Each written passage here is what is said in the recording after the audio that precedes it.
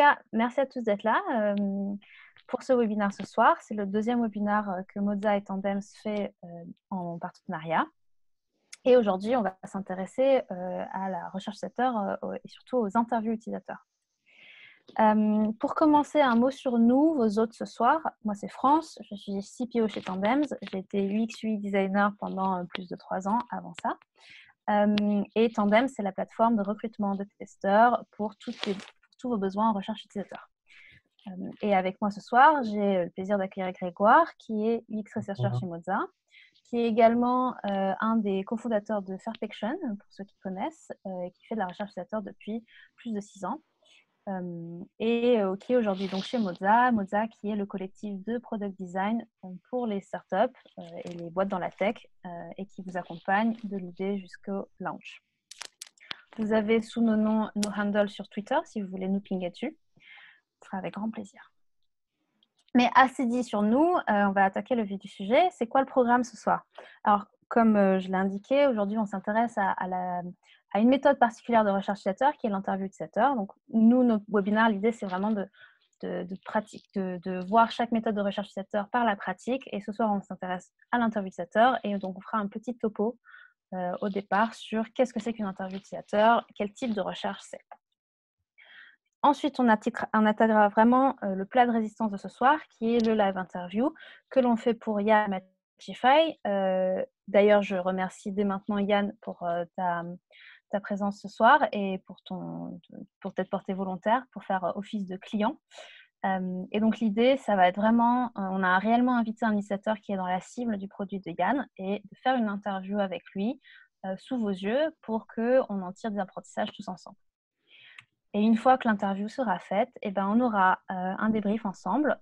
Donc, Yann et Grégoire vont débriefer ensemble de ce qu'ils ont appris, mais aussi tous ensemble, on va pouvoir voir un peu ce qui s'est fait, quelles bonnes pratiques sont à mettre en place, quelles erreurs il ne faut pas faire, etc. Avec une session du coup de question and answer pour aller plus large. Si vous voulez aller plus loin que juste l'interview utilisateur, on pourra aussi parler de recherche utilisateur en général. Est-ce que c'est bon pour tout le monde? Est-ce qu'il y a des questions? Pas. Alors, du coup, je vais continuer. Donc, du coup, qu'est-ce qu'une interview? Qu'est-ce qu'une interview utilisateur? Avant de répondre à ça, j'aimerais bien revenir sur quelques bases sur la recherche utilisateur. Qu'est-ce que c'est que la recherche utilisateur et pourquoi est-ce qu'il faut en faire? Parce que je sais que ce soir, parmi l'audience, il y a des gens qui ne sont pas forcément très familiers des méthodes de recherche. Et il y a cette phrase de Dieter Rams, qui est ce designer de Brown très connu, qui est aussi une grande inspiration dans le milieu du design, que ce soit d'objets ou d'interface, qui a dit cette phrase hyper intéressante, on ne peut pas faire de bon design si on ne comprend pas les gens, parce que le design, il est fait pour les personnes, il est fait pour les gens. Et la recherche utilisateur, c'est ça, c'est vraiment aller à la source de la compréhension des personnes pour qui on va faire nos produits, parce qu'en fait, si on ne les comprend pas, on ne peut pas faire de bons produits pour eux. Il y a beaucoup de méthodes de recherche utilisateur. L'interview utilisateur, c'est une méthode et plus particulièrement, c'est une discussion guidée avec un ou une utilisateur, un ou une utilisatrice, qui soit réel ou potentiel et que l'on fait dans le but de comprendre ses usages et expériences autour d'un sujet donné. Et donc, sujet donné, ça veut dire que quand on va voir l'utilisateur, on sait déjà un peu quelles questions on veut lui poser. Et ça, on verra dans la partie avec Grégoire sur comment préparer une interview. Mais en tout cas, ce qu'il faut comprendre, c'est que cette discussion, elle est guidée. Et pour qu'elle soit guidée de manière efficace, il faut qu'elle soit préparée. La recherche utilisateur, pour comprendre en fait comment utiliser l'interview utilisateur, c'est bien de la placer dans une matrice par rapport aux autres méthodes de recherche. Il y a une matrice qui est assez intéressante qui est d'une part, on va mapper par rapport à est-ce qu'on fait de la recherche sur le comportement ou sur l'attitude. Donc la recherche comportementale, c'est la recherche où on va regarder ce que les gens font. Et la recherche attitudinale, c'est la recherche où on va regarder ce que les gens disent. Et il y a toujours un décalage entre ce que les gens disent et ce que les gens font, mais c'est hyper intéressant de pouvoir voir les deux éléments du spectre. Et de l'autre côté, on va pouvoir regarder d'un point de vue qualitatif ou d'un point de vue quantitatif. Donc, sachant que le qualitatif, c'est comprendre le pourquoi est-ce que les gens font les choses ou disent les choses, et le quantitatif, c'est vraiment aller comprendre qu'est-ce qui est dit, qu'est-ce qui est fait et dans quelle quantité, ce qui va permettre derrière de faire des choses comme prioriser. Quelques méthodes bien connues de tout le monde pour pouvoir placer ces éléments dans cette matrice. Par exemple, un questionnaire, c'est typiquement ce qui va être quantitatif et dans l'attitude, puisque les questionnaires, c'est entièrement du déclaratif. Vous posez des questions, les personnes répondent et vous n'avez pas moyen de vérifier que ce qu'elles disent correspond à ce qu'elles font. Au contraire, de l'autre côté complet du spectre, on a l'A/B test qui est entièrement quantitatif, puisqu'on va être sur des jeux de données très grands, mais qui est très comportemental, puisque en fait, on va regarder concrètement la décision qu'on va prendre, elle va être basée sur ce que les gens ils ont concrètement fait sur le produit. De l'autre côté, plutôt sur le qualitatif, on va avoir les tests d'usabilité ou tests utilisateurs. Quand on les fait en physique, ou en tout cas quand on a vraiment la personne en face de soi, eh ben, on est dans du très qualitatif et très comportemental, même si parce qu'on peut engager cette discussion avec l'utilisateur, on va aussi pouvoir ajouter de l'attitudinal.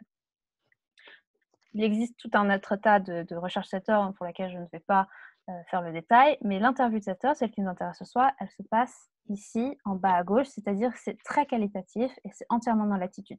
Parce que comme c'est une discussion, eh ben, on va vraiment se fier sur ce que les gens disent.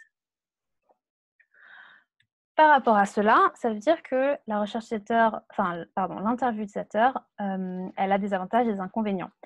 Ces avantages, parce que c'est une discussion qui n'a pas besoin de laboratoire, de prototypes élaborés, ni même de maquettes, et ben c'est très simple à mettre en place. Vous pouvez faire ça chez vous, au téléphone, vous pouvez faire ça dans la rue, en interrompant des gens, c'est tout à fait possible. En plus, comme on est sur de l'attitude, où on discute, on peut vraiment comprendre en profondeur le ressenti des gens, c'est-à-dire quelles sont leurs craintes, quelles sont leurs attentes, quels sont leurs besoins. Et ça, c'est hyper intéressant pour tout projet de design de pouvoir avoir cette big picture de quelle va être l'expérience de l'utilisateur au global. Et le dernier avantage des interviews, c'est que c'est très adaptable. C'est-à-dire que comme vous êtes en face, vous pouvez d'une personne réelle, vous pouvez vraiment creuser avec lui, aller dans le détail sur des éléments, rester plutôt vague sur d'autres en fonction de votre interlocuteur, vraiment de vous adapter. Et donc, du coup, de sortir des apprentissages qui fonctionnent par rapport au contexte de l'utilisateur. Par contre, quels sont les inconvénients de l'interview? En fait, comme on est sur une discussion, on va beaucoup s'appuyer sur, on ne peut pas s'appuyer sur une interview pour sonder des usages futurs. Pourquoi? Parce que l'être humain est très mauvais pour se projeter sur des situations futures de manière fiable. C'est-à-dire que vous aurez beau demander à quelqu'un: «Est-ce que tu penses que tu utiliseras mon produit ou tu utiliseras cette feature?» Quand ils vous répondront, ce sera au pif et il n'y aura aucun moyen ça n'aura vraiment aucune valeur. Vous ne pourrez pas vous dire 50% des gens, 70% des gens ont répondu qu'ils réutiliseraient. Vous ne pouvez pas vous attendre parce que vraiment 70% des gens l'utilisent vraiment à l'après. Pareil, on ne peut pas trop se projeter dans le futur, on ne peut pas non plus trop se projeter dans le passé. Parce qu'en fait, comme on est sur une discussion, l'utilisateur, il va devoir s'appuyer sur sa mémoire. Or, la mémoire humaine étant faillible, si l'expérience sur laquelle on interroge l'utilisateur est trop éloignée, il aura du mal à la retranscrire. Et dernier point, alors j'ai mis c'est un inconvénient, c'est pas vraiment un inconvénient, c'est juste un fait et il ne faut pas mélanger les choses. C'est une méthode qui est complètement qualitative et qui n'est pas du tout adaptée pour du quanti, donc il ne faut pas lui appliquer des éléments statistiques. On ne peut pas rencontrer des utilisateurs et avoir 5 personnes qui nous disent qu'ils n'aiment pas une couleur et en déduire que 50% de la population n'aime pas la couleur en question. Ça ne marche pas comme ça. Voilà, donc il ne faut pas trop mélanger sur ce point. Alors, vous me dire, donc, vu ces avantages et ces inconvénients, à quel moment est-ce qu'on va utiliser cette méthode? Donc, il y a trois moments que je trouve hyper intéressants pour faire des interviews. C'est déjà en amont d'un projet, pour vraiment cerner le besoin et les problèmes du cible, puisque comme je vous disais, on est dans de l'attitude, on est donc du coup sur de la big picture aussi. Et ben, ça permet vraiment avant de commencer, d'avoir cette vision big picture et d'explorer. On peut aussi faire ça au démarrage d'un projet, c'est-à-dire qu'on a déjà un peu réfléchi aux solutions, aux possibilités, etc. On a une pléthore d'hypothèses, et ben, des interviews, c'est un bon moyen pour aller les confirmer, les étayer, découvrir que peut-être que les hypothèses sont incomplètes ou fausses. Et comme c'est une méthode qui est facile à mettre en place et qui est très adaptable, et ben, je trouve que c'est un bon moment, un bon moyen de compléter d'autres méthodes. notamment toutes les méthodes plus comportementales, venir compléter des observations avec du ressenti, c'est hyper intéressant. Donc du coup, après un test utilisateur ou derrière un questionnaire, c'est des bons moments pour aussi faire des interviews. Voilà, donc ça, c'était un peu le tour d'horizon de ce que c'était que l'interview utilisateur. Et comme je vous disais, un point hyper important de l'interview, c'est de la préparer bien. Parce qu'en fait, quand je dis c'est une discussion, vous allez me dire oui, mais alors tout le monde sait faire des discussions, c'est pas hyper compliqué. Ben, en fait, il y a pas mal de pièges dans l'interview utilisateur parce que justement, ça paraît si simple qu'en fait, on va facilement tomber dedans, et alors qu'en fait, c'est une méthode qui est très subtile. Bon, mais je vais pas en dire plus, ça va être Grégoire qui va vous en parler. Je vais juste présenter du coup notre cliente ce soir parce qu'on va utiliser l'exemple de notre interview de ce soir pour vraiment vous montrer comment bien préparer. Et notre client ce soir, donc c'est Matchify, c'est une startup qui a été fondée par Yann, qui est présent ce soir avec nous et qui est incubée aujourd'hui à School Lab. Et c'est une plateforme de recrutement qui aide les entreprises à trouver les meilleurs candidats grâce à une préqualification avancée de leur profil. Et ce soir, pour Yann, l'interview qu'on va faire, elle va se concentrer sur la partie candidat de sa plateforme, c'est-à-dire interroger les habitudes des candidats sur quand ils recherchent un job, comment ça se passe, etc. Mais j'en dis pas plus. Je te propose, Grégoire, de prendre la main. Oui, je vais reprendre le partage d'écran. Tac. Est-ce que vous voyez bien mon écran? Yes. Parfait. Du coup, bonsoir à tous. Merci beaucoup, France, d'avoir un petit peu introduit le sujet et placé l'interview. Donc, pour reprendre le sujet de un entretien utilisateur. Donc, Yann qui a cette idée de développer Matchify qui permet de matcher en fait les profils avec les recruteurs en utilisant de la technologie et notamment potentiellement des tests de personnalité, des tests de gestion. Finalement, pour lui, son produit et son idée, qu'est-ce qui nous intéresse chez le candidat, qu'est-ce qu'on va aller rechercher. Et donc, on va surtout s'intéresser ce soir à l'expérience en tant que candidat. Pourquoi est-ce qu'on va postuler à un job plutôt qu'à un autre? Quelles sont les différentes étapes? À quel moment potentiellement il y a des choses qui vont coincer? Tout ça par rapport au contexte évidemment du candidat en question pour essayer d'aller creuser tout ça avec lui et ensuite de s'intéresser un peu plus aux tests de personnalité, etc. Donc, ce qu'on a fait, c'est qu'on a écrit des questions de recherche. Ensuite, on va écrire un maximum d'hypothèses qui sont en fait ce qu'on pense pouvoir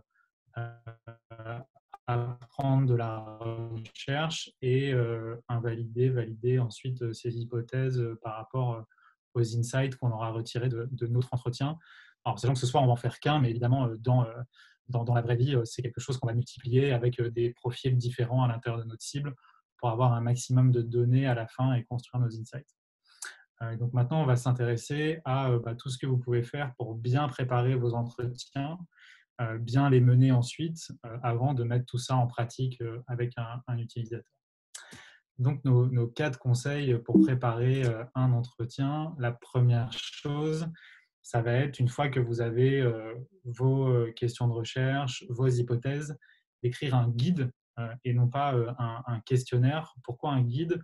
Parce que c'est vraiment en fait ce qui va vous permettre de vous orienter à l'intérieur de l'entretien, de traverser tous les sujets qui vous intéressent avec votre interlocuteur, mais pas un questionnaire dans le sens où le but, c'est pas absolument de poser toutes les questions que vous avez à l'intérieur de ce questionnaire.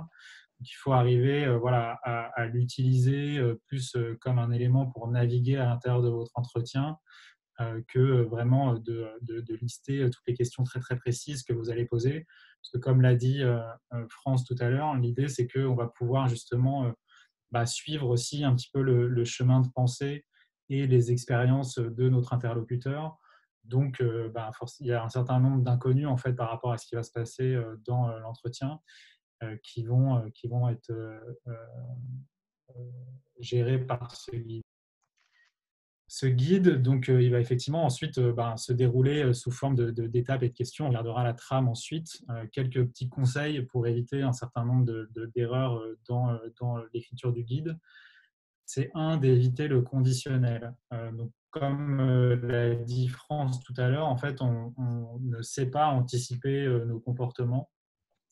Et donc, en fait, si on met des situations au conditionnel, on va récupérer des données qui sont très, très éloignées de la réalité. Donc, nous, ce qui nous intéresse, c'est vraiment plutôt de rentrer dans la réalité de notre utilisateur, de faire appel à sa mémoire, à ce qui se passe dans sa tête et à toutes les informations, en fait, qu'il va pouvoir nous donner.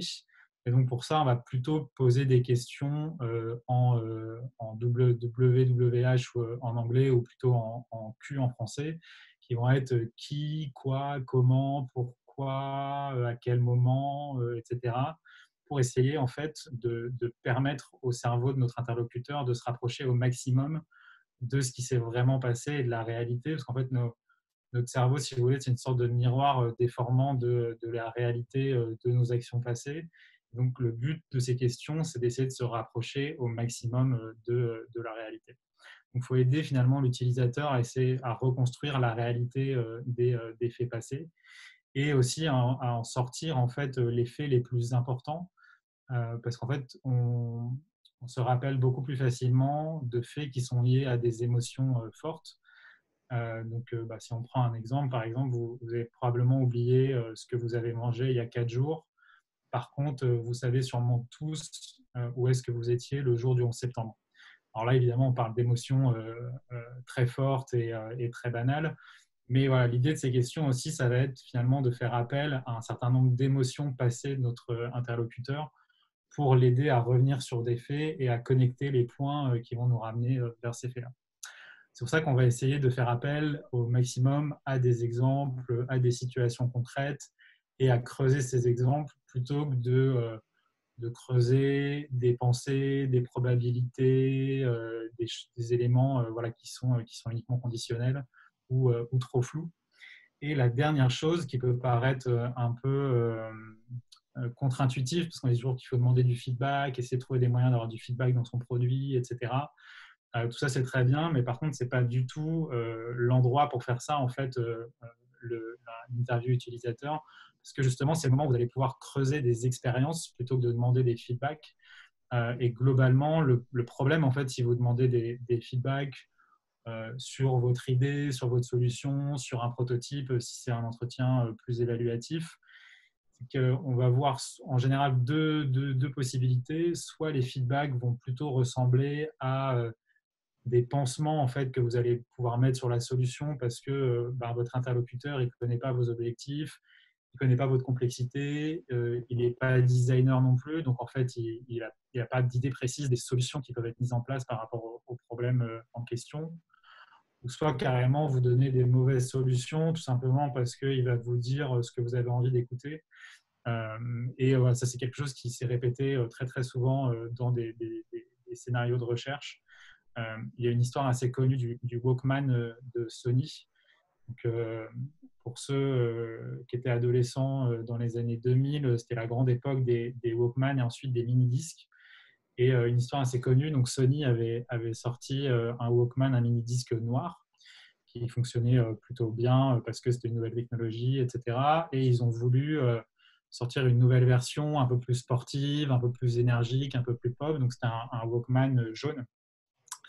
Et donc, ils ont interrogé un certain nombre d'utilisateurs dans la cible en leur demandant qu'est-ce que vous pensez de ce Walkman, est-ce que vous l'aimez, etc.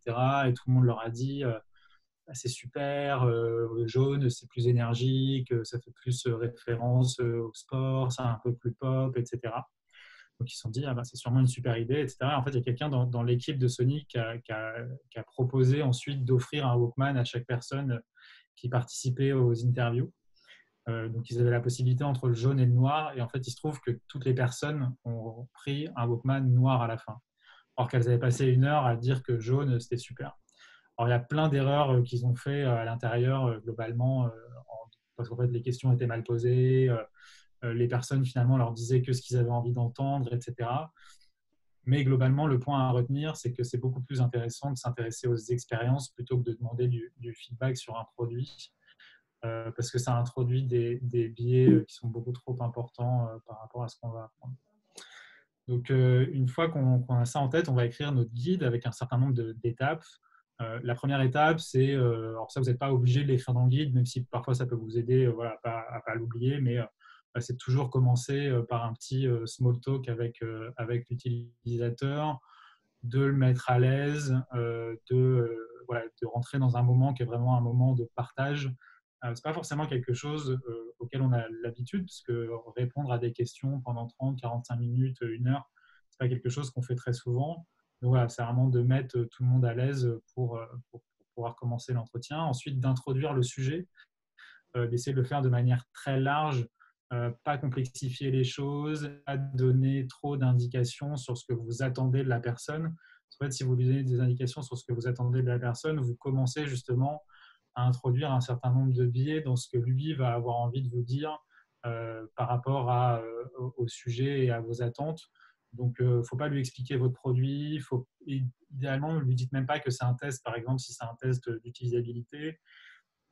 Essayez de ne pas créer de hiérarchie aussi par rapport à votre solution. Si vous testez une solution parce que vous avez un prototype ou quelque chose comme ça dans l'évaluatif, mais voilà, essayez de rester vague et simplement de commencer à parler un petit peu du sujet avant de poser des questions. Ensuite, on va rentrer un peu plus dans le contexte et le profil de l'utilisateur. Et donc ça va être tout un tas d'informations que vous allez récupérer pour expliquer ensuite et essayer de comprendre ce qui se passe dans ces réponses. Ensuite, on va commencer plutôt large et puis au fur et à mesure, on va affiner, rentrer dans les sujets.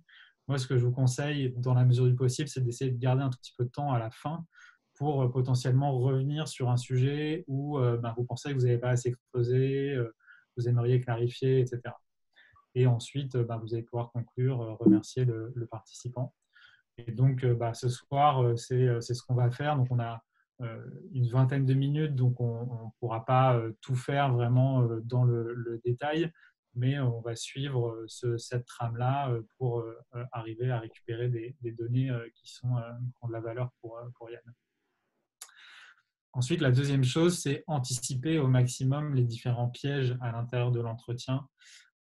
Et donc ça va notamment parfois de combattre un peu le naturel pour éviter un certain nombre de choses qui peuvent soit influencer, soit faire que vous allez laisser en fait un certain nombre de données intéressantes derrière vous.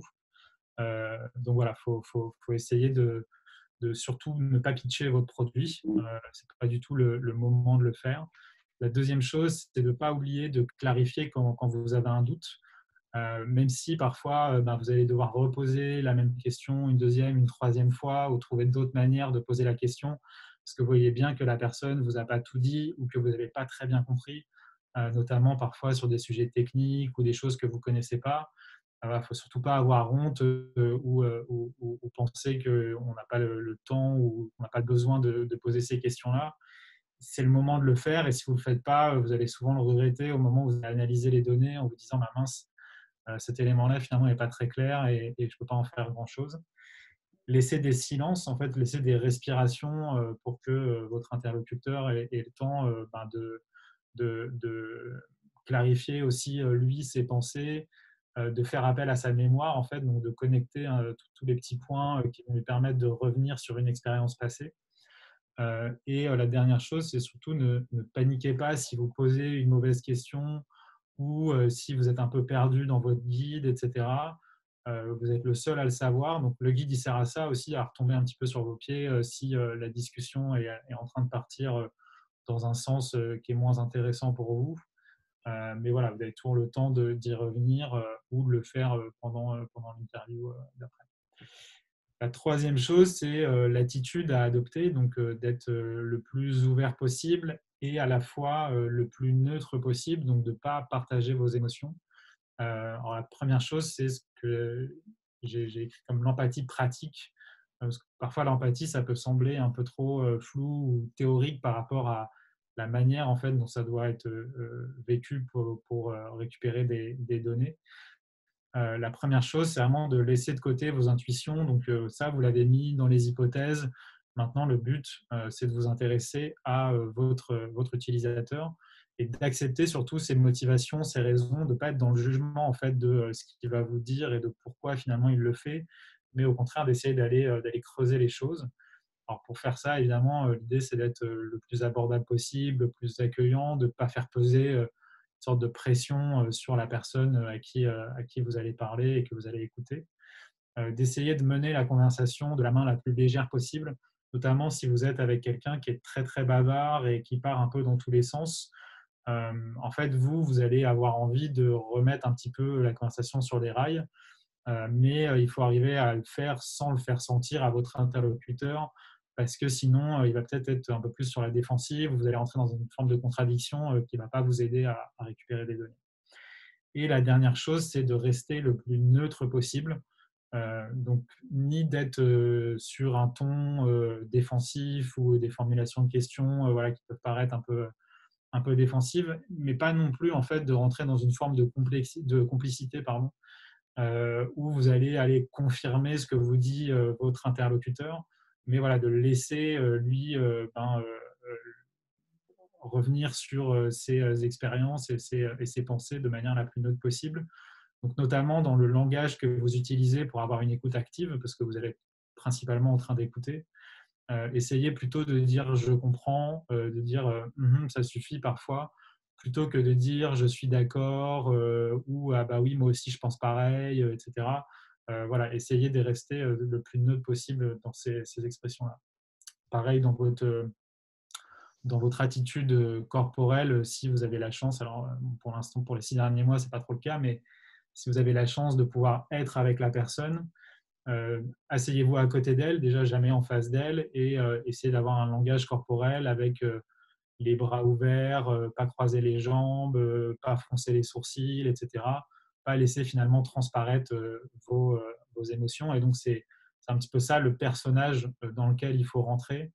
C'est peut-être le personnage d'acteur le plus simple, mais mine de rien, il faut quand même arriver à le tenir, qui est finalement de rien jouer, enfin de jouer la personne la plus neutre possible, de pas du tout influencer en fait la manière dont ça va se passer.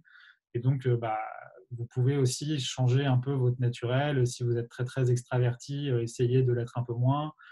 Si vous êtes un peu anxieux, essayez de ne pas le montrer. Voilà, essayez de mettre au maximum à l'aise votre interlocuteur et de poser des questions de la manière la plus neutre possible. Et après avoir dit tout ça, on va donc le faire en direct. Et donc, on va accueillir un utilisateur de la cible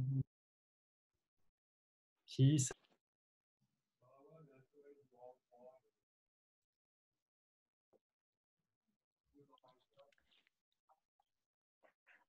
Du coup, pendant que tu fais ça, juste, je reviens là-dessus. Donc Alexandre, pour que vous compreniez, on a pris pour Yann quelqu'un qui est un candidat. On a voulu quelqu'un qui ait déjà passé les étapes de candidature pour qu'il puisse parler de son expérience passée, puisque, comme on disait, on ne veut pas qu'il se projette trop sur des expériences futures.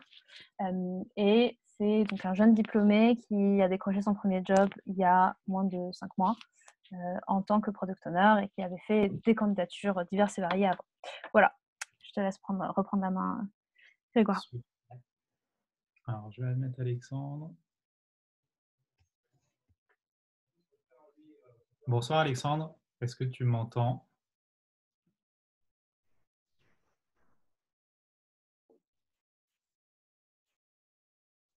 Allô?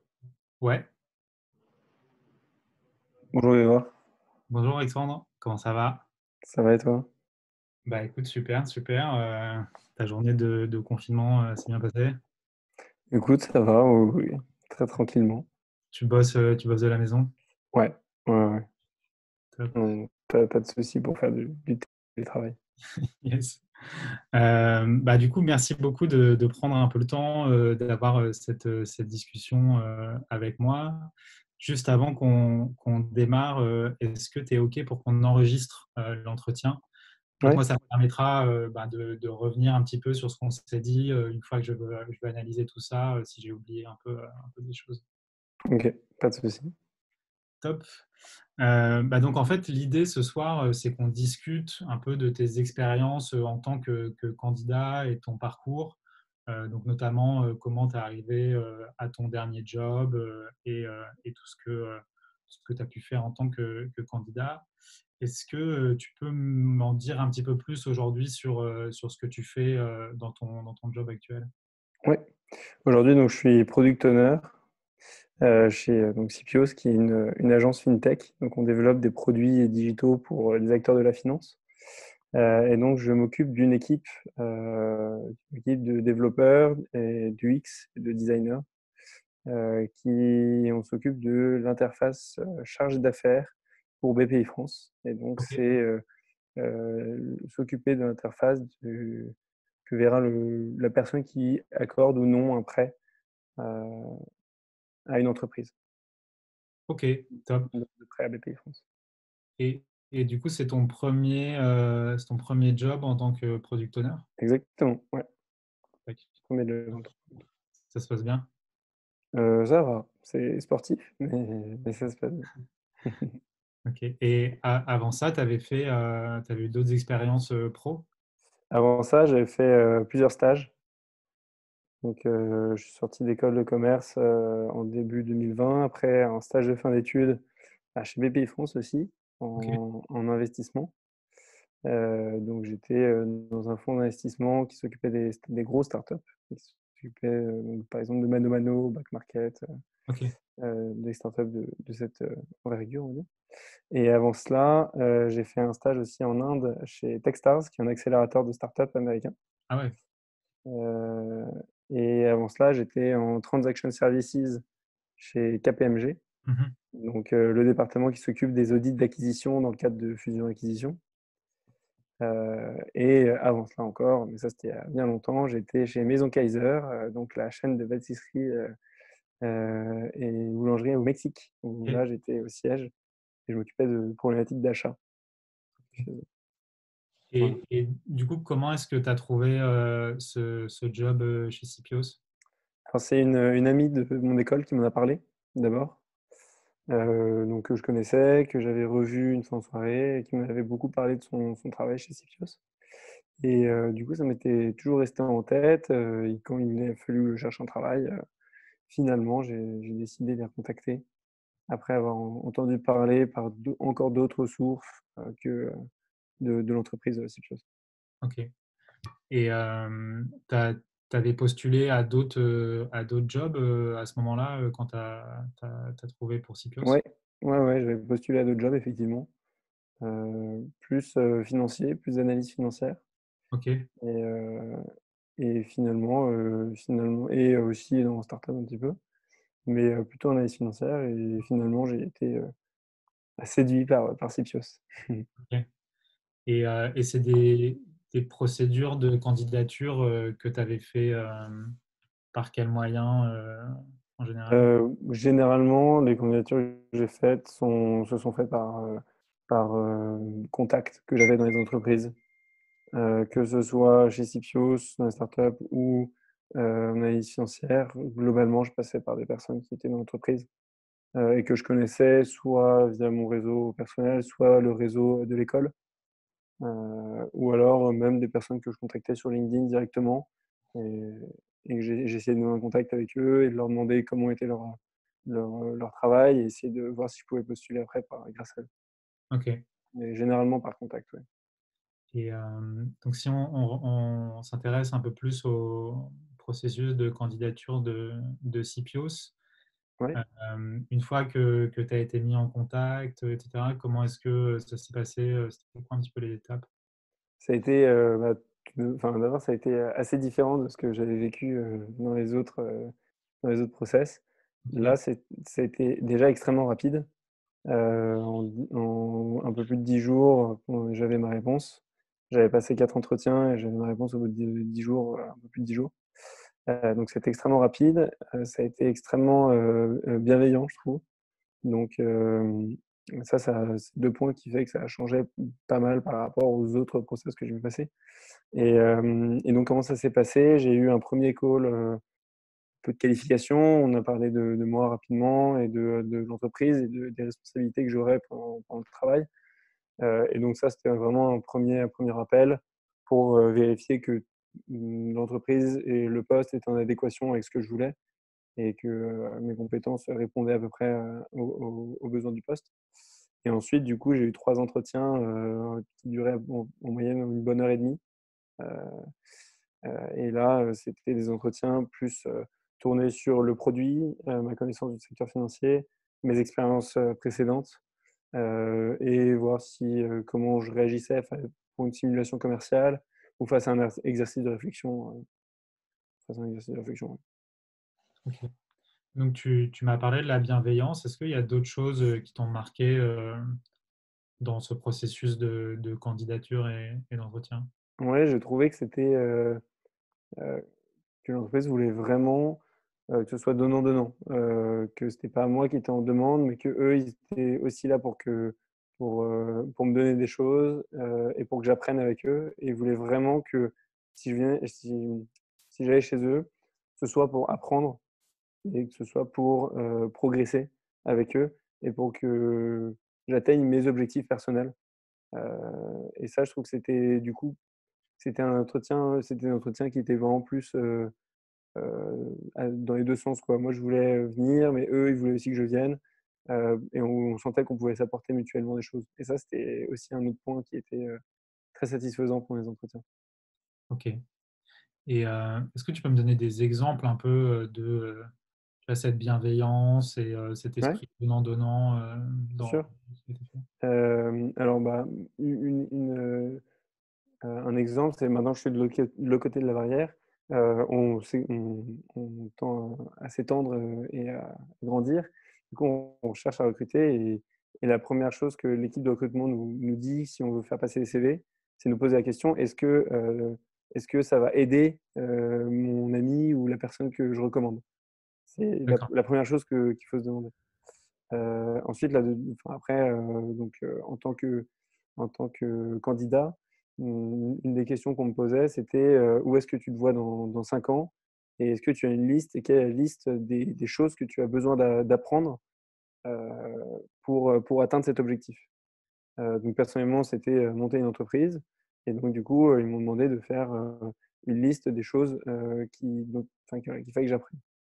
Et cette liste de choses, après on l'a revue ensemble et on a vu si, je pouvais, les développer pendant mon travail chez Sipios et si ça pourrait, ouais, si Sipios pourrait m'aider à atteindre cet objectif et en remplissant, toutes les cases que j'avais à cocher, quoi. Mmh. Donc ça, c'est un autre exemple qui montre leur bienveillance, voilà.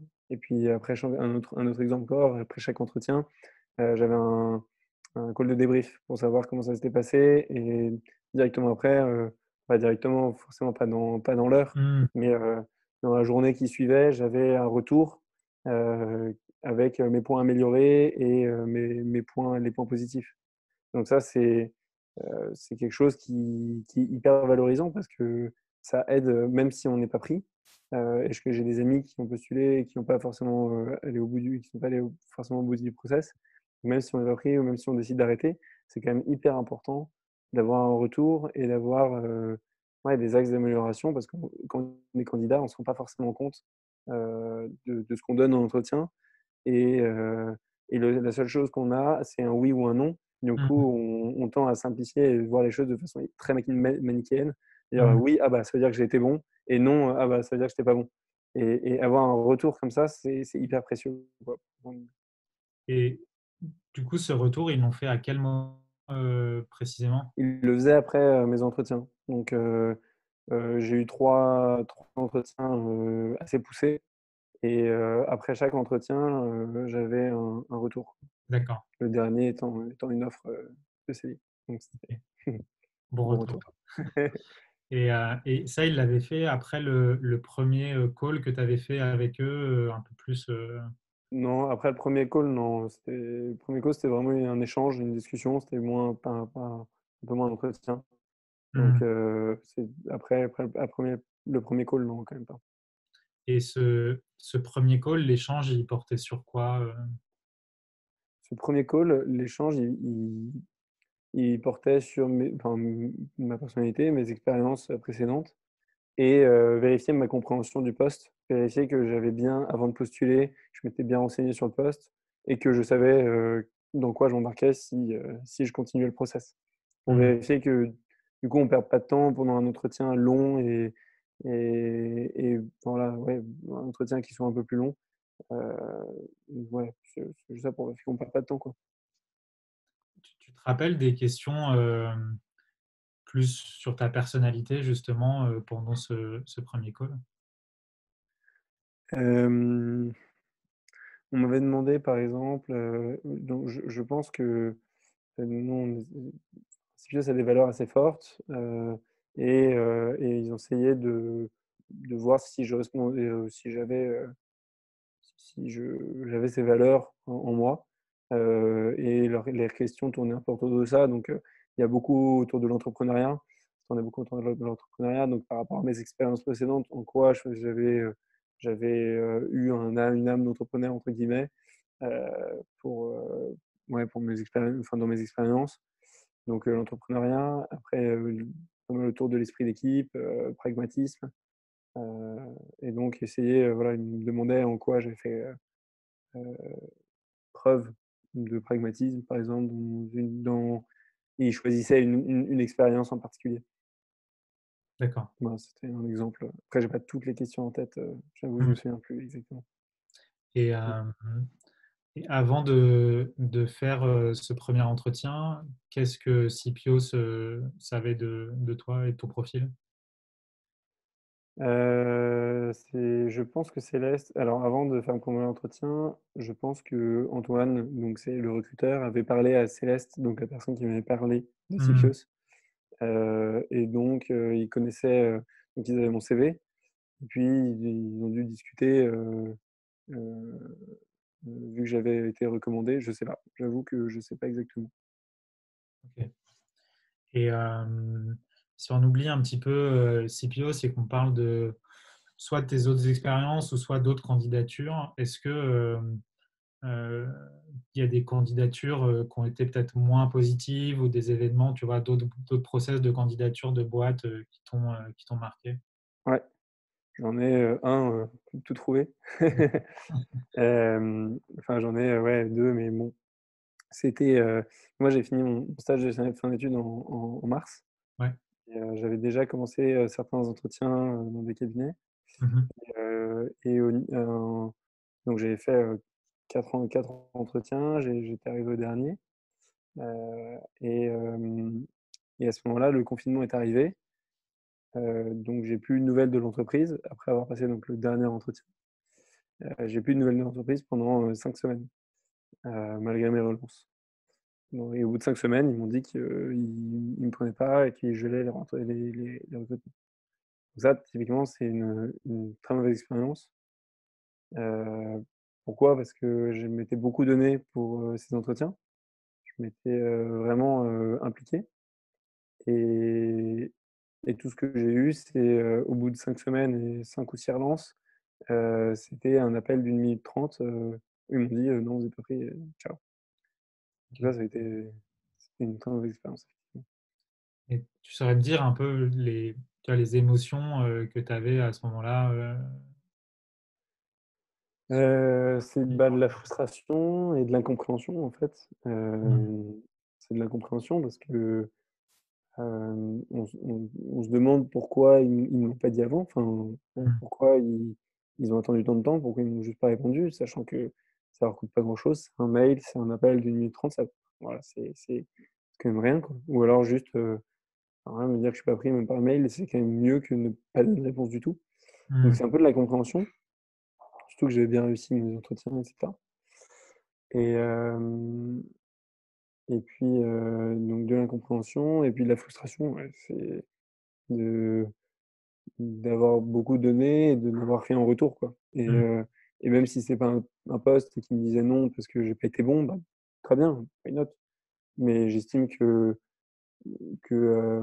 qu'en tant que candidat, on a le droit à un peu plus qu'un nom de 1 minute 30 quand on a passé des heures d'entretien, de révision, d'appels de personnes dans la boîte et qu'on s'est vraiment donné. J'estime qu'il y a, enfin, il y a, moi, je trouvais ça assez scandaleux de réagir de cette manière. Ouais, je comprends. Et tout à l'heure, tu disais qu'une partie du call, du premier call avec Scipio, c'était plus des éléments voilà, de personnalité pour apprendre à se connaître, matcher les valeurs, etc. Toi, tu as déjà fait des tests de personnalité, tu vois, type MBTI ou Exaco, enfin voilà, il y a plusieurs Ouais, tests à l'école ou pendant tes expériences pro.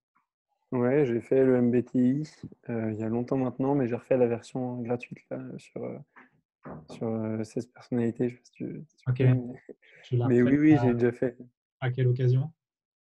J'avais refait, on avait une formation chez Scipios et du coup, ouais, je l'ai refait à cette occasion et puis le sujet m'intéresse, donc je l'ai refait par moi-même, même avant.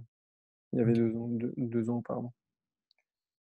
Pourquoi est-ce que c'est un sujet qui t'intéresse? Hem, Bah, je trouve intéressant, je trouve le concept intéressant et je trouve que, hem, c'est ouais, je trouve le concept de poser 100 questions et d'arriver à cerner une personnalité et de voir que enfin, ouais, ça déjà, je trouve ça intéressant avec le principe et ensuite, essayer de, comment? De voir enfin, ouais, de voir comment on me catégorise en fonction des réponses, c'est sympa et ça donne, même si tout n'est pas vrai évidemment parce que ce n'est qu'un test, c'est pas Mmh, ma personnalité en entière. C'est quand même sympa de prendre un peu de recul et de prendre un peu de recul par rapport à soi, quoi. Et ça aide un peu à se dis à faire un peu d'auto-introspection, un peu ouais. dans le sens Ça, du c'est quelque chose que tu utilises parfois, tu vois, la connaissance de ton profil ou du profil de quelqu'un d'autre? J ouais, j'essaye de m'adapter en fonction des personnes que j'ai en face de moi, évidemment. Mmh, Heu, oui, oui, oui, j'essaye donc de prendre les gens comme ils sont et d'essayer et j'adapte mes réponses en fonction pour, enfin, ça dépend pourquoi, hein, mais si, mmh, c'est pour travailler avec eux, si c'est pour, peut-être leur demander quelque chose, enfin, ouais, mmh.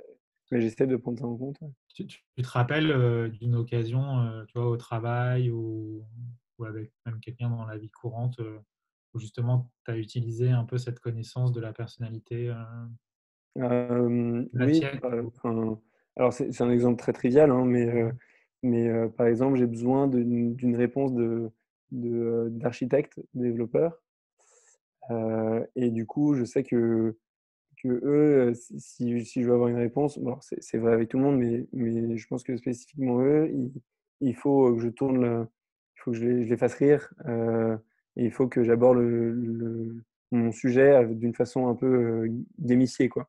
Mmh. Qu'il faut que j'aborde le sujet comme un jeu et ça rentrait peut-être plus dans eux ce qu'ils apprécient et dans eux, ouais, leur mentalité et du Mmh. coup, j'essaye de voilà, quand je leur demande quelque chose, je leur fais un mail, mais j'essaie de faire un mail un peu fun. Voilà, donc je sais pas si c'est l'exemple qui me vient en tête comme ça, mais puis après c'est beaucoup d'adaptation pendant les réunions ou ouais, enfin, après en fonction de la personnalité de la personne qu'on a en face, c'est, Ouais. beaucoup d'adaptation, quoi. Alors c'est un sujet un peu différent et je vais parler rapidement avec toi des données en ligne, notamment, potentiellement pendant tes candidatures, ou à d'autres occasions, dans ton processus professionnel. Est-ce que la Mmh. la sécurité de tes données personnelles en ligne et l'accès à celles-ci, c'est un sujet qui est important pour toi? Alors en général, oui, c'est un sujet qui est important pour moi. J'essaye, de faire attention, aux cookies, j'essaie de faire attention, à me déconnecter de Facebook, à me déconnecter de Google, des choses comme ça. Donc en général, oui. Maintenant dans les processus de candidature, c'est, plus compliqué, de faire attention, je trouve, parce que quand on nous demande, quand une entreprise nous demande pour candidater d'accepter que nos données soient gardées par elle, ben, on n'a pas trop de choix et du coup, je j'accepte, facilement, de donner mes données à une entreprise. Et j'avoue qu'en candidatant, je ne sais pas très bien ce qu'elle en fait derrière. Mais oui, je suis moins regardant quand je candidate, effectivement. Top. Bah, écoute, merci beaucoup. J'ai appris plein de choses. Juste avant qu'on termine, je voudrais juste parler à Yann une seconde, qui est Ouais, notre client, pour voir s'il a des questions que je n'ai pas posées. Du coup, je ok, vais te mettre dans la salle d'attente, mais t'en pas de fais pas, je souci. te récupère très rapidement. Ok. Yann, tu m'entends? Hello, oui, je t'entends. Bonjour tout le monde. Hop. Est-ce que il y a des sujets qu'on n'a pas trop évoqués ou une question un peu qui te brûle les lèvres que tu veux que je pose? Non, je pense que tout était super clair et heureusement que c'est pas moi qui l'ai posé. J'aurais cassé toutes les règles que tu as données au début. Tant mieux. Non, ce qui m'intéresserait de savoir, c'est qu'est-ce qu'il en pense de l'utilisation des tests de personnalité en phase de préqualification. C'est-à-dire le MBTI dont il parlait, il l'a passé lorsqu'il était déjà en poste. Euh, Qu'est-ce qu'il en aurait pensé si on l'avait fait passer avant qu'il soit accepté? Et donc, on utilise ces résultats de test pour définir si oui ou non c'était potentiellement une bonne ressource. Euh, Est-ce que ça te va si je retourne le truc et que, en fait, j'ai l'impression que maintenant, bah, il n'est pas exactement recruteur, mais il voit un peu plus le truc de l'intérieur Mhm. et que du coup, je lui demande, parce qu'en fait, lui, il a l'air quand même de trouver que c'est intéressant, que ça apporte de la valeur, etc. Donc, j'ai peur qu'on fasse que un peu confirmer ce qu'il a déjà perçu en tant que candidat, et plutôt qu'on regarde du côté recruteur, tu vois, et qu'on lui dise, bah, toi, demain, si tu dois recruter quelqu'un, ou est-ce que peut-être déjà ils le font, tu vois, ils matchent un peu les personnalités ou non. C'est beaucoup plus intéressant, carrément. C'est ça? Ouais, Allez, je reprends Alexandre. Attends, Grégoire. Ouais, vas-y. Pour te rappeler, on avait parlé de peut-être dropper une petite question un peu moins. Ouais, mais en fait, ma dernière question, elle était assez mauvaise, mais on en reparlera peut-être dans Tac, le débrief. très bien. Ok. Alexandre,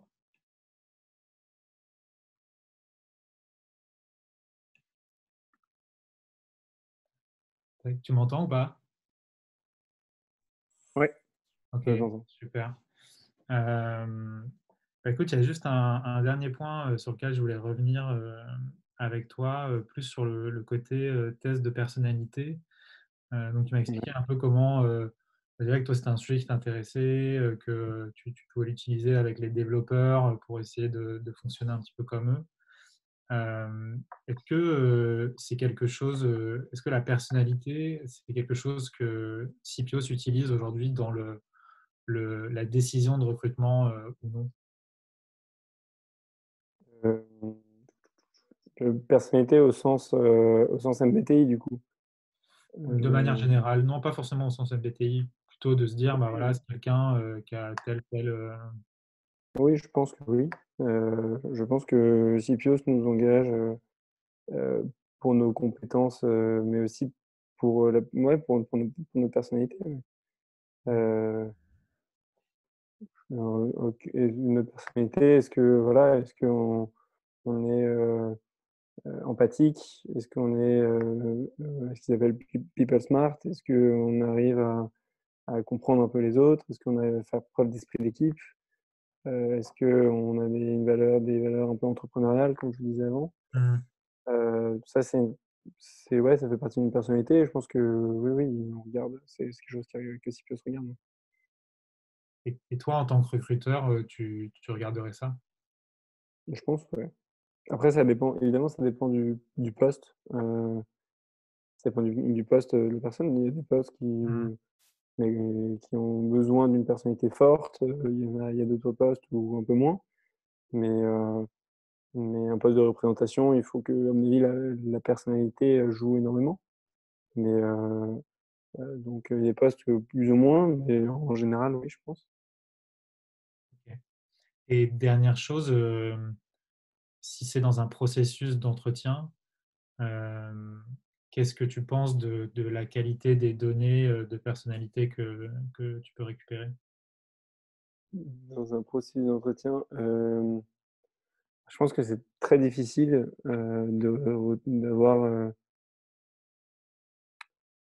c'est très difficile d'avoir une idée définitive sur la personnalité de quelqu'un grâce à des entretiens. Euh, Ça demande, à mon avis, beaucoup de temps. Et, et je pense que Sipios, moi j'ai eu un entretien c'était au moins 1 heure et demie, et mon dernier entretien a duré 2 heures avec Rodolphe, notre CEO. Et je pense que même si en 2 heures, il ne peut pas me connaître complètement, il a eu quand même le temps de me tester, il a eu quand même le temps de me poser beaucoup de questions.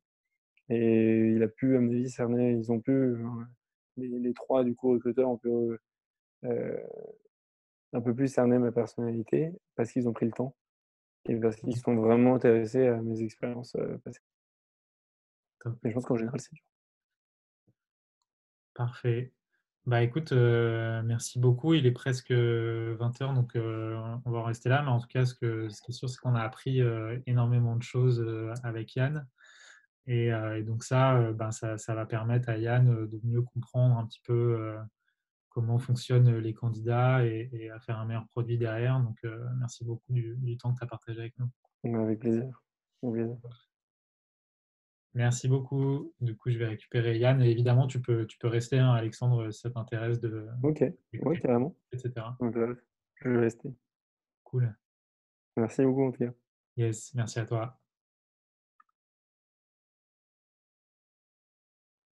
Donc du coup, Yann, tu disais que ça t'a permis d'apprendre pas mal de choses. Qu'est-ce que tu en as pensé? Voilà, c'est quoi un petit peu ton débrief à chaud de l'expérience candidat et des tests de personnalité là-dedans? Oui, absolument. Ça me conforte un petit peu dans la pensée que j'avais, qui est celle que, il est intéressant de faire passer des tests de personnalité à des candidats, mais cela n'est pas suffisant pour définir si oui ou non ce sera des bons employés.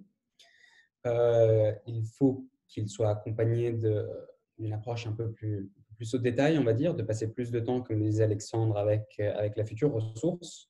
Mhm, Donc, ça peut être un bon moyen de pré-screening, mais ça ne doit pas être un moyen de virer quelqu'un ou d'accepter quelqu'un. mhm, Un indicateur où on va dire, bon, cette personne, tendanciellement, elle est plus introvertie, tendanciellement, elle est plus extravertie. On va voir si, dans un entretien physique, ça se confirme. Donc, c'est comme ça que je l'ai perçu. Ensuite, le deuxième point intéressant, qui est un point un peu malheureux, qui est celui de la gestion des données. Alexandre l'a très bien dit avant, qui est que notre génération, on essaie de faire très attention à la manière dont on traite la data. Malheureusement, quand on se retrouve devant à une offre de job, on a envie d'arriver jusqu'au bout. Et si le recruteur il te dit « je vais garder tes données pendant 2 ans », tu vas cliquer sur « oui ». Donc, il serait intéressant aussi de trouver un moyen de respecter la privacy des candidats sans qu'ils se sentent avoir un couteau sur la gorge à chaque fois qu'ils postulent. mhm. Et le dernier point, je l'ai un peu oublié. Ah oui, le dernier point qui malheureusement ne fait pas partie de mon produit, mais qui me donne envie du coup d'explorer une piste de feature additionnelle, est celle du follow-up candidat. Je suis encore une fois absolument d'accord avec Alexandre. Ça a été incroyablement chiant quand je devais candidater et que les recruteurs ne me répondaient pas. Malheureusement, c'est vrai, ils ont une charge de travail assez importante. Il est difficile de faire des retours détaillés à chacun. Mais si on arrive à allier la tech au processus RH, ça devrait permettre à chaque candidat d'avoir un retour construit et qui leur donne des bons feedbacks pour évoluer, plutôt que de rester sur un non, désolé, tu n'as pas pris. Complètement. Ça, je pense que je vais faire un mini débrief, puis après, je vais passer aux questions, parce qu'on pourra débriefer plus entre nous, et comme ça, on peut répondre un petit peu aux questions des personnes qui participent. D'ailleurs, si vous avez des questions, n'hésitez pas à les mettre dans le chat, comme ça, on prend un petit peu de temps pour ceux qui ont le temps de rester, parce qu'on est en train de dépasser un peu le timing. Mais effectivement, ce point, il en a beaucoup parlé au début dans son processus. En fait, j'ai l'impression que le processus de Sipios a quand même vraiment influencé son choix de job et le fait qu'il se sente bien en arrivant dans l'entreprise, le côté bienveillant, donnant-donnant, etc. Et le fait qu'il voit de la valeur dans les personnalités. Tout ça fait que je pense que tu peux arriver à trouver en fait le sweet spot qui permet aux entreprises d'avoir un processus de candidature qui est plus attrayant en fait pour les candidats et qui semble plus logique et voilà, donner une bonne image aussi de la manière dont les personnes sont recrutées. Et pareil, du coup, du côté candidat, d'avoir quelque chose qui est peut-être plus fluide, notamment sur ces premières étapes qui peuvent être un petit peu boîte noire quand on postule, etc., quoi. Donc voilà, je pense que c'est un point intéressant. Alors juste pour revenir sur les premières questions, donc la première question d'Anthony, c'est comment est-ce que tu analyses les données à la fin des entretiens? Est-ce que tu fais des retranscriptions mot à mot? Quels outils utilises-tu pour l'analyse? Ici, quel rendu vas-tu faire à Yann suite aux entretiens? Alors, j'avais un petit peu anticipé la question, donc je vais repartager mon écran. Tac. Donc ça, c'est un petit framework qui donne une idée de comment est-ce qu'on analyse les données une fois qu'on a fait tous nos entretiens. Donc l'idée, c'est qu'effectivement, on récupère une retranscription mot à mot. Alors, soit je le fais moi, soit je le fais faire. Malheureusement, en français, il n'y a pas d'outil automatique fiable qui existe. Mais si vous faites des entretiens en anglais, il y a des retranscriptions qui existent et qui sont vraiment bien faites. Ça n'existe pas. Donc, il faut effectivement le faire. Et une fois qu'on a tous les mots, donc ce qu'on va faire, c'est en fait, regarder tous les indices qu'on a à l'intérieur de nos entretiens. De ces indices, ça va commencer à construire en fait un pressentiment, voilà, une idée un petit peu de ce qui se passe. Et quand on voit qu'on a une idée qui est suffisamment solide, un pressentiment qui est suffisamment solide, on va construire un insight, donc vraiment un learning, voilà, sur ce qu'on a appris. Et de cet insight, du coup, on va essayer de lister des opportunités qui vont permettre de finalement être un petit peu le joint entre ce qu'on apprend et ce que ça peut vouloir dire pour Yann d'un point de vue de son produit derrière, de ce qu'il va pouvoir activer, etc. Et ici, quel rendu vas-tu faire à Yann ensuite? Donc, Yann n'étant pas vraiment mon client, je ne vais pas vraiment faire tout ça. Mais dans les faits, on ferait… alors, le nombre d'entretiens, ça en général dépend du nombre de cibles. Mais si, par exemple, on essayait de se concentrer vraiment sur cette cible, candidat, plutôt début de carrière, etc., on ferait 8 entretiens. Avec du coup quand même à l'intérieur de la cible d'avoir de la diversité pour avoir des expériences qui sont différentes. Ensuite, on va faire ce travail d'analyse et ensuite, on va construire un certain nombre de livrables, en fait, de mise en lumière et de mise en image de ce qu'on a compris des utilisateurs. Alors ça peut être des user journey quand c'est vraiment lié à un processus très clair. Ça peut être des empathy maps. Ça peut être ce qu'on appelle un mapping du modèle mental. Donc en fait, c'est quelle est la relation entre ce qu'on fait et ce qu'on pense à chaque étape de ce processus, par exemple. Voilà, donc vous pouvez regarder, je pense qu'il y a pas mal d'exemples de ces différents types de livrables et en fait de construction derrière plus produit des insights. Donc le nombre d'entretiens, on en a reparlé. En fait, ce qu'il faut se dire vraiment par rapport au nombre d'entretiens, c'est d'essayer d'avoir suffisamment d'entretiens par cible différente. Et ça va aussi vous forcer à choisir des cibles un peu primaires au départ. Parce que, par exemple, si on parle de l'expérience candidat, en fait, les types de candidats, il y en a énormément et très vite, on va rentrer, si on ne choisit pas quelque chose de plus précis que juste candidat, en fait, on va avoir trop d'expériences, de personnalités, d'habitudes, etc., qui sont différentes. Il faut arriver à réduire. Alors, parfois, vous n'allez pas pouvoir réduire à une seule cible, vous allez vouloir en faire plusieurs. Parfois, si vous n'êtes pas trop sûr de la cible qui est la plus intéressante, ce que vous pouvez faire, c'est commencer par faire 2 entretiens d'une cible, 2 entretiens d'une autre, 2 entretiens d'une autre. Et à partir de là, vous allez commencer par construire des personas un peu plus précises de la cible qui vous intéresse et creuser ensuite ces éléments-là. La question de… Je veux juste revenir sur cette question du nombre de personnes avec qui faire des interviews. Je pense qu'il y a un point qui est intéressant d'insister parce qu'en fait, il y a beaucoup de gens qui qui connaissent le chiffre magique du 5 utilisateurs. Et en fait, c'est à la fois un mythe, à la fois c'est un peu vrai et à la fois c'est un mythe. Parce qu'en fait, c'est un chiffre qui… En fait, j'avais préparé une petite slide, donc je vais peut-être partager mon écran pour voir Si je retrouve... Ouais. En fait, la question pour les interviews sur combien de personnes combien de personnes faire des interviews, elle est hyper tricky parce que déjà, elle est bourrée de mythes parce qu'il y a ce chiffre de 5 utilisateurs te permettent de comprendre 85% des problèmes, qui est certes vrai, mais sur de la usability, c'est-à-dire que c'est une étude qui a été faite, qui, moi, je trouve statistiquement assez correcte.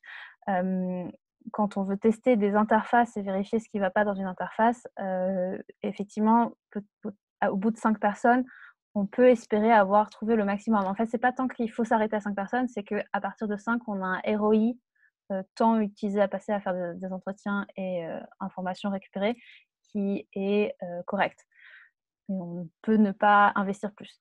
Les interviews, c'est beaucoup plus complexe parce que, comme tu le dis, il y a beaucoup de personnalités différentes, beaucoup d'usages différents, beaucoup d'expériences différentes qui font qu'on ne peut pas forcément limiter ça à un chiffre aussi simple que 5.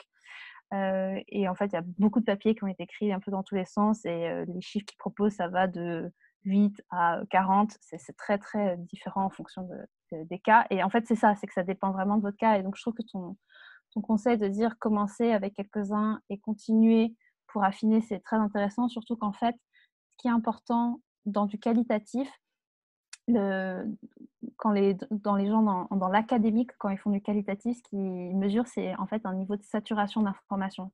C'est-à-dire que la courbe que vous voyez qui est à gauche, qui est celle qu'on utilise pour illustrer cette histoire du 5 utilisateurs magique, en fait, la forme de la courbe, elle va être vraie, quelles que soient les méthodes que tu utilises. C'est juste que en fonction de la complexité de ton sujet, tu vas atteindre les 85% avec plus d'utilisateurs ou moins d'utilisateurs. Mais l'important, c'est de se dire qu'au début, avec peu d'utilisateurs, on va d'un coup obtenir plein d'informations. Et peu à peu, plus on fait des entretiens, plus le delta d'informations supplémentaires qu'on obtient sera faible. Et en fait, au bout d'un moment, vous arrivez à ce qu'on appelle la saturation d'informations, où on aura beau continuer à faire des entretiens, on n'apprendra pas grand-chose de nouveau. Et c'est un bon moment pour se dire d'arrêter. Et ce chiffre-là, il peut vachement varier, ce chiffre de saturation. Et donc, en vrai, il faut commencer avec quelques-uns et effectivement continuer jusqu'à ce qu'on ait l'impression de ne plus rien apprendre. Après, enfin voilà, j'allais dire oui, alors oui, to do, c'est pas mal pour commencer, mais en fait, comme j'ai dit, c'est plus complexe que ça. Il y a des gens, ils font vraiment 40 entretiens avant de se dire c'est bon, je suis arrivé à la saturation. Mais c'est ce truc-là, la saturation, qui est important en interview. C'est pas une quantité de personnes. Top. Alors du coup, il nous reste alors une question de Florine, plus sur justement un processus d'innovation. Et si on part un petit peu du début, de se dire, on est dans un processus d'innovation, on veut créer un nouveau produit, service, comment est-ce qu'on recueille des informations qui sont pertinentes sur la viabilité du produit sans utiliser le conditionnel et finalement demander aux gens est-ce que vous utiliseriez mon produit. Il y a des méthodos effectivement qui existent pour faire ça. Donc, je vais repartager mon écran pour vous donner un peu une réponse en images. Et ce qu'on peut utiliser, c'est ce qu'on appelle le double diamant. Alors comme ça, il fait un peu peur, mon double diamant, mais c'est parce qu'il est un peu plus précis. En gros, l'idée, c'est qu'au départ, vous allez plutôt essayer de générer des insights et des opportunités et d'agrandir le champ des possibles au maximum pour comprendre le problème dans son ensemble et ouvrir un peu les idées que vous aviez et vos hypothèses de base qui en fait sont forcément restreintes à vos niveaux de connaissances et d'expérience. Alors, le but, ça va être de multiplier le niveau de connaissances et d'expérience. Une fois que vous avez fait ça, vous allez lister des opportunités, vous allez choisir les opportunités sur lesquelles vous voulez placer votre produit et votre service. Et du coup, vous allez commencer à restreindre en fait le processus. Pour restreindre, vous allez commencer finalement à construire des maquettes, des prototypes de ce que vous voulez faire. Et à ce moment-là, vous allez pouvoir commencer à tester ce que vous avez fait. En général, quand vous avez du coup fait une solution qui est un peu plus précise, vous allez rencontrer un certain nombre de points de blocage, faire apparaître des choses potentiellement que vous n'aviez pas vues avant, etc. Donc ça va réouvrir un petit peu le champ des possibles, mais dans dans une ligne qui est déjà un petit peu plus précise que ce que vous aviez au départ. Et sur la base du retravail que vous avez fait de cette idée, là, à ce moment-là, vous allez avoir vous allez pouvoir retester, avoir une vue a priori plus précise de la viabilité du produit et vous lancer. Alors après, faut pas, il n'y a rien qui équivaut à la situation réelle. En fait, tout ça est une remise en situation et le but, c'est de se rapprocher au maximum de la réalité, mais on pourra pas l'anticiper et la vivre avant de la vivre. Parce qu'on ne fait pas de la télépathie dans les pensées des utilisateurs et eux-mêmes ne sont pas capables en fait, d'anticiper ce qui va se passer demain dans leur comportement. Donc, c'est jusque-là la meilleure solution qu'on a trouvée pour arriver à sortir des solutions qui sont viables. Il y a une question de Chloé qui est très on point. C'est aujourd'hui. Le à distance vs le face à face. Ben, alors, je dirais que il y a presque plus de choses en face à face finalement à prendre en compte parce que le face à face, l'endroit dans lequel vous allez le faire va avoir un impact assez important. Donc il y a un peu deux situations différentes. C'est soit c'est vous qui accueillez, donc vous êtes un peu le host, donc ça va être soit dans des salles qui sont faites pour ça, avec des santins, etc., soit dans vos bureaux, soit dans un café dans la rue, peu importe. Mais du coup, il va falloir trouver en fait les moyens de mettre votre utilisateur le plus à l'aise possible et de ne pas créer d'hierarchie. Ce qui est bien dans le à distance, c'est que les gens sont chez eux, donc ils sont dans un environnement qu'ils maîtrisent, qui finalement ne crée pas de hiérarchie ou une certaine peur dans le fait de participer à un entretien. Si c'est dans vos bureaux, par exemple, il faut essayer au maximum de réduire l'impact de vos bureaux. Donc, donnez pas une tasse avec le nom de votre marque à l'utilisateur ou ne mettez pas une caméra juste à côté, etc. Vous pouvez avoir une caméra, mais essayez qu'elle soit cachée, qu'en fait, il n'y ait rien qui rappelle dans le setup de votre entretien qu'il est dans vos bureaux et que c'est vos solutions et que vous êtes que c'est hyper important pour vous, etc. Parce que tout ça, en fait, va faire peser une pression sur lui et créer des biais dans ce qu'il va vous raconter. Le à distance, je pense que le point, c'est plus tous les petits problèmes de technologie qu'on peut avoir parce que ça capte pas bien, parce que machin. Du coup, là, moi, ma solution, c'est vraiment d'essayer de m'adapter au maximum à l'utilisateur. Donc, effectivement, idéalement, on préfère pouvoir faire de la visio avec une bonne connexion, etc. Mais malheureusement, ce n'est pas toujours le cas. Donc, parfois, c'est bien d'avoir le numéro de téléphone et de faire un appel au téléphone. Alors moi, mon petit setup artisanal, c'est d'enregistrer avec l'outil dictaphone de mon Mac ce que l'utilisateur dit dans mon téléphone pour avoir un recording à la fin et pouvoir réécouter. Mais voilà, le but, c'est que vous trouviez des moyens de vous adapter à votre interlocuteur et pas l'inverse. Voilà. L'autre point aussi dans la distance, c'est d'essayer de préciser aux gens combien de temps ça va durer pour pas qu'ils soient surpris et de leur dire, si possible, d'être dans un endroit calme avant. Alors, ça peut sembler un peu bateau, mais ça va vous tirer de certaines situations ou vous éviter de perdre du temps parfois. Est-ce qu'on a des conseils pour conduire des entretiens pour une app mobile, faire dessiner les users, leur montrer des maquettes? Tout ça va dépendre de l'étape à laquelle vous êtes.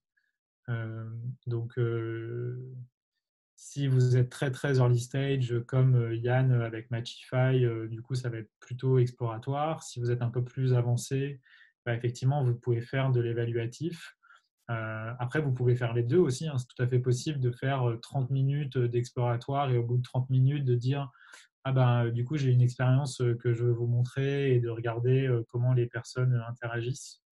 À distance sur une app mobile, vous pouvez utiliser un outil qui s'appelle Lookback, qui est très bien fait, qui vous permet de voir à la fois l'écran de votre utilisateur sur la maquette mobile, par exemple, que vous lui avez envoyée, et son visage, donc idéalement ses réactions, etc.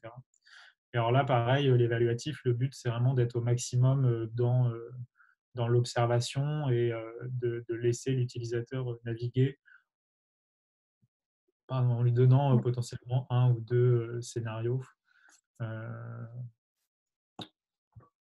Voilà. Et il y a un point auquel il faut faire attention quand on parle de faire dessiner. il y a des méthodes hein, où on fait venir des utilisateurs et on fait des workshops ensemble et on les fait dessiner.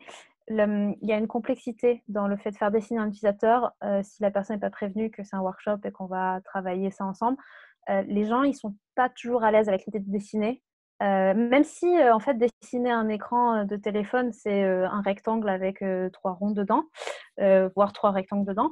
Ça peut mettre très mal à l'aise les gens. Donc, à moins que ce soit vraiment quelque chose où vous avez prévenu la personne, etc., je ne conseille pas de but en blanc lors d'un entretien de dire bon, bah, vas-y, dessine-moi ce que tu imagines ou dessine-moi à quoi tu penses. Ça peut plus créer de la gêne qu'autre chose et du coup, de ne pas faire des blocages pour la suite.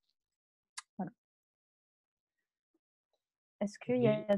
Alors, la dernière chose, peut-être sur les apps, c'est vous, pour le coup, sur de l'évaluatif, vous pouvez aussi faire du non modéré. En fait, il y a des outils qui vous permettent de faire un parcours en donnant des scénarios à l'utilisateur sur votre prototype et ensuite d'être uniquement dans l'observation, donc d'avoir un recording avec du sync out loud où donc la personne va expliquer un peu ce qui se passe, etc. Dans son expérience. Donc ça vous permet d'être beaucoup plus dans l'observation. Donc voilà, c'est intéressant aussi. Le défaut, c'est que vous n'allez pas pouvoir creuser certains points en direct comme vous pouvez le faire dans un entretien. C'est un peu plus facile d'avoir de multiplier les expériences en non modéré parce que ça vous prend aussi à vous beaucoup moins de temps. Chloé, je vois une question sur nos futurs webinars. C'est une très bonne question. Je pense qu'on va en faire, effectivement, mais on n'a pas décidé de méthode. Donc, n'hésitez pas à mettre dans le chat peut-être quelle méthode vous aimeriez voir pour les prochains. Ça va aussi vachement nous guider sur ce qu'on va faire pour les prochains. Parce que la dernière fois, en fait, on avait fait test utilisateur et c'est des gens qui nous ont demandé entretien utilisateur. C'est pour ça qu'on a fait ce webinaire-là. Donc, on est à l'écoute de vos besoins pour la suite. Il y a peut-être un point sur lequel on peut revenir, Grégoire, sauf s'il y a d'autres questions. Mais effectivement, cette fameuse question que tu as posée exprès, qui n'était pas forcément très bonne, parce que moi, je t'avoue que je suis passée à côté. Alors effectivement, j'ai oublié d'en parler au début, mais donc le but, c'était quand même idéalement plutôt de montrer des bonnes pratiques, donc de ne pas cracher l'entretien. Mais l'idée, c'était aussi potentiellement de montrer quelques questions qui étaient un peu plus des leading questions et qui, du coup, allaient nous donner des informations moins intéressantes. Alors, au final, on a quand même retiré des trucs intéressants, mais la question était assez mal posée sur la sécurité des données, où, en fait, je lui ai demandé si c'était un sujet important pour lui. Donc, en fait, quand je lui demande si c'est un sujet important pour lui, je sous-entends que ça l'est, sinon je ne poserais pas la question de cette manière-là. Voilà, donc c'était pas effectivement ultra obvious. J'aurais pu mettre un petit peu plus les pieds dans le plat. Yes, merci beaucoup Yann. Merci Yann. Bonne soirée. Merci à vous, salut. Yes, ciao. Salut. Et donc voilà, mais bon, le point effectivement, c'est c'est vraiment l'erreur un peu numéro 1 à pas commettre dans les questions, c'est de ne pas sous-entendre la réponse qu'on attend ou que nous, on a pour la question à l'intérieur de celle-ci. Et alors, du coup, si tu devais reposer cette question en bien, comment tu la tournerais ? L'idée serait peut-être plus de revenir sur une expérience à lui, donc de savoir quelles sont les données qu'il a partagées, par exemple, pendant son processus de candidature et qui me raconte du coup finalement ce qu'il a fini par me raconter et qui était la partie la plus intéressante parce que il a été meilleur que ma question, on va dire, et il a réussi à me raconter une expérience réelle, alors que moi, j'étais dans un truc un peu plus, on va dire, flou de qu'est-ce que tu en penses. Voilà, l'idée, c'est pas tellement, au final, ce qu'il en pense, c'est pas tellement ça qui nous importe, c'est plus ce qu'il a vécu. Donc voilà, l'idée serait plus de s'intéresser à son expérience. Top. Je pose la question, est-ce qu'on arrête là ? Est-ce qu'il y a d'autres gens qui veulent poser d'autres questions, voire qui veulent peut-être commenter ensemble, poser des questions plus précises sur l'interview en elle-même. Par exemple, à ce moment, tu as dit ça, c'était hyper intéressant. Voilà, s'il y en a, alors il est déjà 20h20, donc je n'en voudrais personne me dire non, on arrête là. Mais s'il y en a qui sont intéressés, qu'ils qui se manifeste, je vous propose de vous démuter directement. Dans ce cas-là, ça sera plus simple. Juste pour répondre à Et oui, il y aura un là, replay. il y aura un replay. Tout à fait. Et, Qu'on vous partagera avec... ouais, ce serait chouette de faire ça. C'est un peu plus compliqué de le faire en live, mais... L'observation en live, en webinar, c'est effectivement plus complexe. On va à voir si on arrive à le faire. Bon, moi, j'ai l'impression qu'on a à peu près fait le tour. Je pense que tout le monde a hâte d'en arrêter là, donc je propose peut-être qu'on s'arrête. En tout cas, merci beaucoup à tous d'être venus. Nous, ça nous fait plaisir et j'espère que vous avez appris des choses ou que ça vous a intéressé. Et on se tient au courant pour le prochain. Super, merci beaucoup. Merci Grégoire. Ouais. Merci Alexandre aussi.